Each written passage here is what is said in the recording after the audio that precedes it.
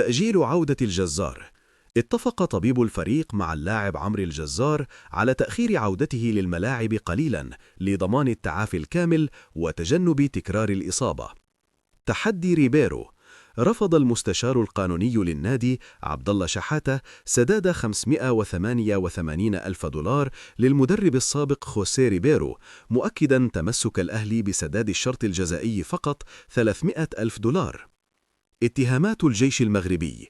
المحامي المغربي قدم أدلة للكاف يزعم فيها اعتداء جماهير الأهلي بالمقذوفات على اللاعبين، مبرراً خروج جماهير فريقه عن النص بأنه رد فعل لضعف التأمين في القاهرة.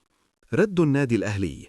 استعان محامي الأهلي بتقرير المراقب وشريط المباراة الأصلي لإثبات أن جماهير الفريق الضيف هي من بدأت بالتجاوز وإلقاء الزجاجات ومحاولة اقتحام الملعب، وطالب الأهلي بتوقيع أغلظ العقوبات على الفريق المغربي، ورفض تماماً فكرة منع الجمهور من حضور المباريات.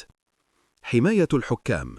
استنكر اتحاد الكرة البيانات الصادرة من الزمالك وبيراميدز ضد الحكام، ورفض الناديان قوائم الاستبعاد التي ضمت 7 حكام، مؤكداً نزاهة التحكيم المصري. اختبار حقيقي. وسط إشادة إعلامية بمستوى الزمالك معتمد جمال وناصر منسي، يرى المحللون أن الاختبار الحقيقي الأول سيكون أمام بيراميدز في الجولة القادمة، خاصة بعد السقوط السابق أمام سيراميكا كليوباترا. علاء ميهوب يفتح النار. أكد أن أداء الأهلي تحت قيادة ياستروب غير مقنع ولا يتطور، وانتقد بشدة التعاقد مع كاميوش، واصفا إياه بصفقة غير موفقة لا تجيد حتى الالتحامات، كما استغرب تجميد محمد شريف والاعتماد على بن شرقي في مركز غير مركزه. تحذير تونسي. نادر داود محلل قنوات الكأس أكد أن الأهلي يظل بعبع الأدوار الإقصائية مهما كان مستواه في المجموعات، محذراً الترجي من شخصية الأهلي الحقيقية التي تظهر في ربع النهائي.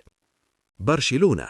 حمزة عبد الكريم يقترب من أول مشاركة رسمية بعد استخراج تصريح العمل.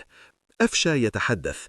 أكد محمد مجدي أفشا في تصريحاته أنه سيعود للأهلي بنسبة 100% بعد انتهاء إعارته، مدافعاً عن نفسه ضد من يقول إنه لم يقدم شيئاً بعد القاضية، مؤكداً أنها وش السعد لكنها تسببت في ظلمه فنياً أحياناً.